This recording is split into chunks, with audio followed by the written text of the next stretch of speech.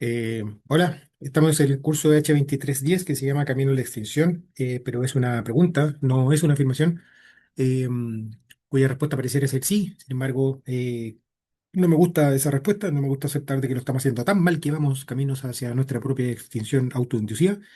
Así que la idea del curso es entender el problema y sobre todo identificar qué es lo que podríamos hacer cada uno, ¿ya? Para pasar a ser actores y actrices principales de esta epopeya épica, como he mencionado algunas veces. Eh, este es el último video, ¿ya? El último cómo. Y este cómo se apunta hacia hacerse cargo de una necesidad que es evidente, ya que hay que tener injerencia sobre las decisiones que se están tomando hoy día.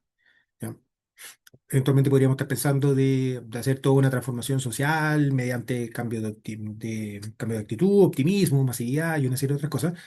Sin embargo, esas eh, políticas o estrategias más de largo plazo son lentas y de alguna manera tenemos que comenzar a tener injerencia en las decisiones que hoy día se están tomando, ¿ya? Hay muchas decisiones que son buenas, que van bien encaminadas, pero también hay muchas decisiones que va para cualquier parte. Hay otras decisiones que si bien van encaminadas, van con una velocidad que no es razonable. Entonces, hay que tener injerencia sobre las decisiones que se están tomando ahora. ¿Para qué hablar de la guerra? ¿Ya? Eh, este último cómo apunta básicamente hacia eso. Es una propuesta que no está aprobada, pero que de alguna manera se hace cargo de esta necesidad de comenzar a ingerir las decisiones que se están tomando hoy día en relación con cambio climático, pérdida de la biodiversidad y una serie de otro tipo de problemas mundiales, incluyendo inteligencia artificial y una serie de otras cosas, ¿no? Y esa solución parte de esta graffiti de Bansky, ¿ya? Bansky es un artista eh, de Londres, que hace intervenciones en Londres, nadie sabe quién es, pero todo el mundo reconoce qué es lo que hace. Y este de acá es un graffiti que él hizo, que dice, desde este momento se acaba la desesperanza y comienza la táctica, ¿ya? Y es un niño que en su mano tiene un logo, que es un reloj reloj de arena, cortando el tiempo, y ese es el logo de un grupo que se llama Extinction Rebellion, que está principalmente en Estados Unidos, perdón, en Inglaterra, que tiene como objetivo lograr, bueno, tiene metas particulares de que el gobierno diga la verdad, que se genere una asamblea para poder tomar las decisiones que se necesitan, pues, tener injerencia directamente sobre las decisiones de hoy día. Pero lo importante y lo que yo destaco de esto de acá es que se hace sobre una lógica de la no violencia, ¿ya? Que es como su base cero. La convocatoria y la no violencia es como su base, ¿ya? Eh,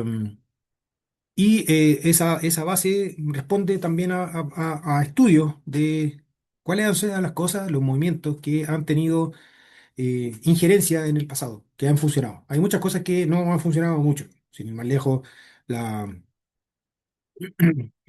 después de la Revolución Francesa, que donde le cortaron la cabeza al rey y a la reina, pero después de la Revolución Francesa vino la época del terror, después vino Napoleón, ¿ya? O sea, estamos hablando de hartas cosas que pasaron en el futuro y la raya para la suma, más allá de la importancia que tiene Napoleón como personaje histórico y todo lo que es la contribución del esparcir lo ideario de la Revolución Francesa en Europa, el beneficio propio que tuvo el pueblo francés después de la Revolución Francesa es como que, no sé, pues, época del terror, Napoleón, guerra napoleónica, invasiones, etcétera, ¿ya? Eh, entonces, ese fue un gran hecho, ¿ya? Pero también hay otro tipo de movimientos civiles que sí han tenido bastante repercusión, ¿ya? Por ejemplo, y aquí hay algunas fotos de gente que sí ha trabajado sobre esta lógica sobre movimientos de acción civil que han tenido éxito en lograr los cambios que están pidiendo. Mohamed Ali, un boxeador muy reconocido a nivel mundial, que le tocó ir a la guerra de Vietnam y él dijo, no, yo no voy a ir a esa guerra y bueno, se fue preso. ¿Ya? Martin Luther King, que por allá por la década de los 60 en Estados Unidos abogó por los derechos civiles de toda la población, incluyendo la población afroamericana. El, el discurso, yo tengo un sueño de Martin Luther King, muy bueno. Si quieren verlo, léanlo, ¿ya? O escúchenlo. Es realmente un discurso muy bueno que trabaja sobre una lógica de la convocatoria y de crear o de pensar en un mundo donde niños y niñas, blancos y negros, se jueguen tomados de la mano. O sea, un mundo que que de alguna manera canaliza toda ya que esta sociedad está hablando de esclavismo, po, ¿ya? O sea, no estamos hablando nada muy simple, estamos hablando de esclavitud, ¿ya? Que canaliza toda esa rabia, pero no contra una venganza contra el mundo blanco o un discurso sobre la opresión, sino que con discursos de construyamos un mundo donde quepamos todos, ¿ya? Sobre una lógica pacífica. Todo lo que son los movimientos feministas que llevaron al derecho a voto y todos los derechos de las mujeres.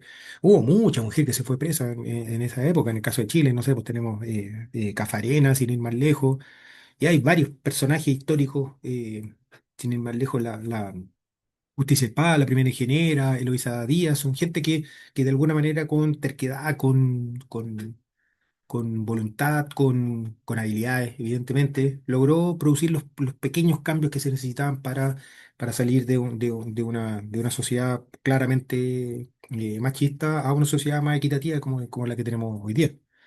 Ella es Rosa Parks, ¿ya? Ella fue la segunda mujer, no la primera, la segunda mujer en Estados Unidos en la época de los 60. Habían micros con algunos asientos para gente de color y asientos para gente blanca.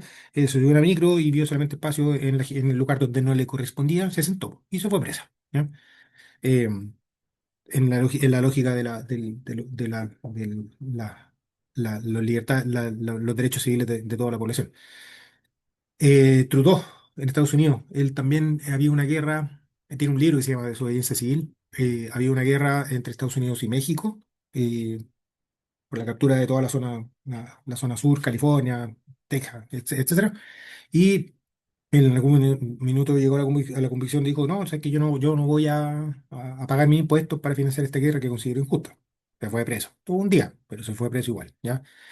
Sobre eso la lógica de ese libro, Desobediencia Civil. Gandhi. Gandhi hizo algo que nadie pensaba que podía hacer, que es liberar a India y Pakistán del Imperio Británico. Y lo hizo de manera tal de que no se disparó ninguna pistola. No fue una guerra de independencia, sino que fue básicamente una serie de movimientos y demostraciones civiles que hicieron que el rey de Inglaterra en algún minuto llegara a la conclusión de que salgamos de acá, no nos tenemos que ir, ¿ya? Y Mandela, en Sudáfrica. Él cayó preso por cosas que hizo como joven, tuvo mucho tiempo preso y se transformó de alguna manera en un líder en la, mm, en todo el tema del apartheid, ¿ya? Sudáfrica, apartheid de la colonia holandesa, que era básicamente un grupito chiquitito que controlaban todo y todo lo que es la población eh, de color está bajo el yugo de esta colonia de este grupito del apartheid. Y cuando Mandela salió de la cárcel, se generaron todos los movimientos pacíficos nuevamente y de encuentro para poder lograr salir de ese régimen de segregación en base al color de la piel y llegar a una sociedad democrática como lo que es Sudáfrica hoy día, sin caer hubo mucho tiempo donde había mucho miedo de que hubiera una venganza por parte de la población negra sobre la población blanca. Y eso no ocurrió, en gran medida gracias al discurso de Mandela de poder aceptar las diferentes visiones y reconocer el aporte de cada quien en la sociedad donde uno está viviendo. ¿Qué es lo que tienen en común cada una de estas cosas? Es que han sido, y Greta, ¿ya? Puede que les caiga mal en este momento, pero hey, esta es la primera foto, estoy hablando del 2018, si es que mal no me acuerdo. Que en algún minuto ella llegó, tomó un cartelito, llegó al convencimiento, sé que esta cosa del cambio climático no tiene ningún sentido, tomó un cartel y se sentó afuera del Parlamento sueco, ¿ya? Los días viernes, tampoco todos los días, sino que los días viernes, desencadenó en uno de los grandes movimientos que ha desencadenado en favor de la acción climática en manos de jóvenes, ¿ya? Eh, y entonces, ¿cuál es la lógica de todas estas cosas acá? Se enmarcan en esta lógica de la desobediencia civil, ¿ya? Que podría ser un cómo. Entendiendo que la desobediencia civil es el rechazo no violento. Esa está en negrita y subrayado. No violento. Aceptar los dictados de la autoridad y también de alguna manera aceptar todo lo que son las consecuencias de lo que yo estoy diciendo.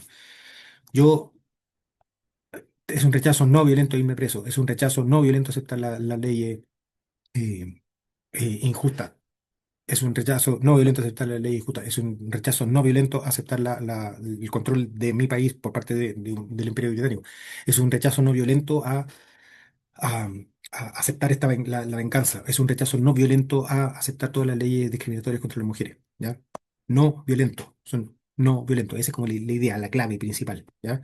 Donde uno efectivamente se va en contra de la autoridad, ¿ya? Pero lo hace de una manera no violenta. ¿Cuál es la gracia? Es que se causa alteración y se llama la atención, ¿ya? En la lógica no violenta. Se obliga al debate, ¿ya? Y ese debate es un debate es como el foco siempre está puesto en los cambios que uno necesita, no en pelear con la autoridad. Los cambios son derechos civiles, los cambios son derecho del voto, los cambios son independencia. Esos son los cambios objetivos. No es la pelea directamente con la autoridad. La autoridad es a quien yo tengo que convencer, ¿ya? No con quién tengo que pelear, tengo que convencer a esa persona. ¿Y cómo la convenzo? Con estas medidas, con estas acciones que son no violencia, que causan la alteración, llaman la atención, obligan al debate, mantienen el foco puesto en la demanda, en los objetivos que se tienen, de manera tal de que en algún minuto la autoridad se vea forzada a hacer lo que la gente le está pidiendo. Esa es como la idea. Y todo esto acá son una lógica de que las cosas que uno haga no necesariamente tienen que ser extremas, no tiene que ser extremo. De que las pequeñas acciones pueden llevar a otras más grandes. Después de eso hubo varias marchas de miles de millones de personas o sea, millones de personas a nivel mundial. Y también inspirar a otras personas para que se sumen al tema. Si yo veo una marcha pacífica, con gente alegre, familia, etcétera, y un rechazo absoluto a gente con capucha, violencia y ese tipo de cosas, bueno, yo me voy a sentir cómodo y voy a comenzar a participar de este tipo de demostraciones.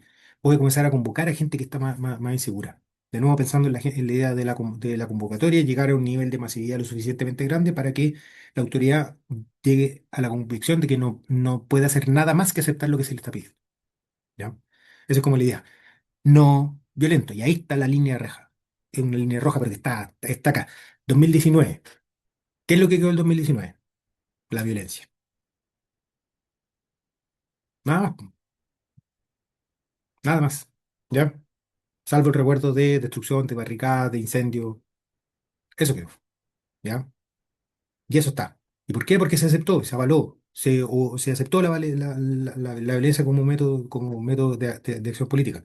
Y la idea de la desobediencia civil es colocar una barrera, un estricto no. Es que no, fuera. Fuera, erradicar ese tipo de demostraciones. Es desprenderse de la violencia como un método de válido para ejercer o capturar el poder. Esto en general son logros, o sea, ciclos. Al principio te dicen, estás puro tonteando. Después comienza con la ridícula, es decir, a ridiculizar y burla. Después en algún minuto comienzan los ataques directos. Y ahí la clave es que si es que uno frente a esos ataques responde de manera no violenta o no responde, ¿ya? Esa no respuesta te deja a ti como víctima de la otra persona que te está atacando y al final uno termina convocando a más personas, ¿ya? Y se termina produciendo el cambio. Eh, y esto está muy relacionado con que hasta la fecha la violencia ha sido aceptada, validada y usada por múltiples agentes de diferente espectro político, religioso, etcétera, como un método válido para resolver los conflictos, ¿ya? Pero eso no debiera ser, ¿ya? Y parte de todas las transformaciones que han ocurrido en el último siglo en la humanidad es que efectivamente nos hemos dado cuenta que la violencia no es un método válido. Las guerras no son un método válido para resolver conflictos. La violencia no es un método, no debiera ser visto un método válido para ejercer o controlar el poder. ¿Ya? Y ahí viene pregunta, además de lo obvio, ¿qué es lo que, qué es lo que debemos entender como violento? ¿Ya? Y ahí depende mucho de la percepción de la otra persona, ¿no? En algún minuto, no sé si ustedes vieron un par de activistas que tiraron un tarro de tomate en el vidrio que estaba cubriendo una pintura. El vidrio. O sea, el vidrio fue el que quedó con salsa de tomate que después se limpió rápidamente. ¿Qué hicieron después de tirar el tarro de tomate? Se pegaron, se pusieron pegamento en las manos y se pegaron al piso. ¿Ya? Y ahí quedaron. Sentaditos en el piso, llegaron, se lo llevaron preso, estuvieron harto rato sacando la gotita. ¿Ya? ¿Es eso una acción violenta? ¿Tirar el tarro de tomate? Había otras veces que había movimientos que iban a un ventanal de empresas, de grandes empresas y los trizaban. O sea, el ventanal quedaba. Pero no, gotita en la mano, pegado en el piso. ¿Es eso violento? Bloqueo de calle. Sobre la lógica no violenta. De gente llega con sus cartelitos, gotita en la mano, se pegan en el piso. Y ahí quedan. Respuestas de la gente que anda en auto. Enorme. Es cosa de ver que lo que pasa acá afuera, cruzando entre el Bochefo, entre el 850 y el 851. ¿Es eso violento? Ahí está la grande pregunta, pensando en qué es lo que es en una clara definición de lo que es la violencia, tanto por un tema moral, una definición moral de yo descarto la violencia, pero en lo personal, yo descarto la violencia como un método válido de ejercer y controlar el poder, pero también por un tema táctico. O sea, si yo sé que si acepto esta cosa de acá voy a estar expulsando a gente de mi grupo, bueno, no acepto esto de acá de manera tal de mejorar la convocatoria tanto como una postura moral, personal, como por un tema táctico, un tema de poner un límite claro de la violencia fuera de la acción climática, es moralmente y tácticamente aceptable, ¿ya? Una buena estrategia. Y ahí viene otro tipo de pregunta. ¿Cuál es la norma que nos obliga a hacer lo que estamos haciendo? ¿Cuál es la norma que nos obliga a dejarnos en el borde del precipicio? ¿Contra cuál autoridad nos tenemos que responder, que nos tenemos que rebelar? Bueno, evidentemente nos tenemos que rebelar contra nosotros mismos, ese es como un primer paso, ¿ya? Pero además ¿entre qué autoridad? La presidencia del CI, de la FECH, el decano, rector, presidente, ONU, nosotros, como yo les dije, uno se tiene que rebelar contra uno mismo. Tenemos que rebelarnos o rebelarnos con B larga o B corta. Rebelar es de rebelión, de lo que hemos estado hablando, pero rebelar también tiene mucho de mostrar. Demostrar interés, demostrar participación, demostrar cariño eh, por, por por la tierra que estamos defendiendo. Pregunta abierta, ¿ya? Y de alguna manera las respuestas están relacionadas con estas tres frases que copié por ahí. Uno tiene no solo la responsabilidad legal, sino también moral de obedecer las leyes justas. Y a la inversa, uno tiene la responsabilidad moral de desobedecer las leyes injustas. Eso lo dijo Martin Luther King. Trudeau, Henry Trudeau, el del libro de desobediencia civil, dice, se ha dicho, y con mucha razón, que una corporación que no tiene conciencia, una corporación no tiene conciencia, una empresa no tiene conciencia, ¿ya? Pero una corporación formada por hombres y mujeres que sí tienen conciencia, también tiene, sí adquiere la conciencia de las personas que están. Y ahí tiene mucho la importancia, el rol que toman las personas humanas que están a cargo de instituciones que por principio no están obligadas a ser conscientes. Pero los humanos que estamos atrás somos quienes le entregamos la conciencia a eso ahí. Y el Papa Francisco, en su encíclica Laudato Si, dice que en toda discusión acerca del emprendimiento, una serie de preguntas debieran plantearse en orden de discernir si aportará a un verdadero desarrollo integral. ¿Para qué? ¿Por qué? ¿Dónde? ¿Cuándo? ¿De qué manera? ¿Para quién? ¿Cuáles son los riesgos? ¿A qué costo? ¿Quién paga los costos? ¿Y cómo lo hará? Etcétera.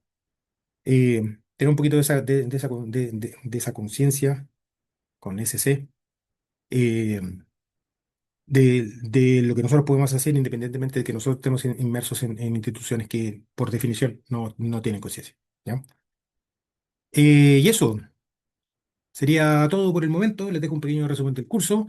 Una invitación, niéguense a legar un mundo moribundo a las futuras generaciones por nuestro hoy día. El futuro lo estamos construyendo hoy día. En serio. ¿Ya? ¿Cómo lo hacemos? Me da lo mismo. ¿Ya? Como quieran. La idea es que empiecen ahora, que partan por lo más fácil, porque lo más fácil motiva. ¿Ya? Y que hay que hacerlo bien y de manera no violenta, como dice en esta última parte. Y ojalá no se le olvide que imposible no es un hecho, sino que es una actitud. Y que siempre parece imposible hasta que se hace. Y eso, éxito. Nos vemos. Chao.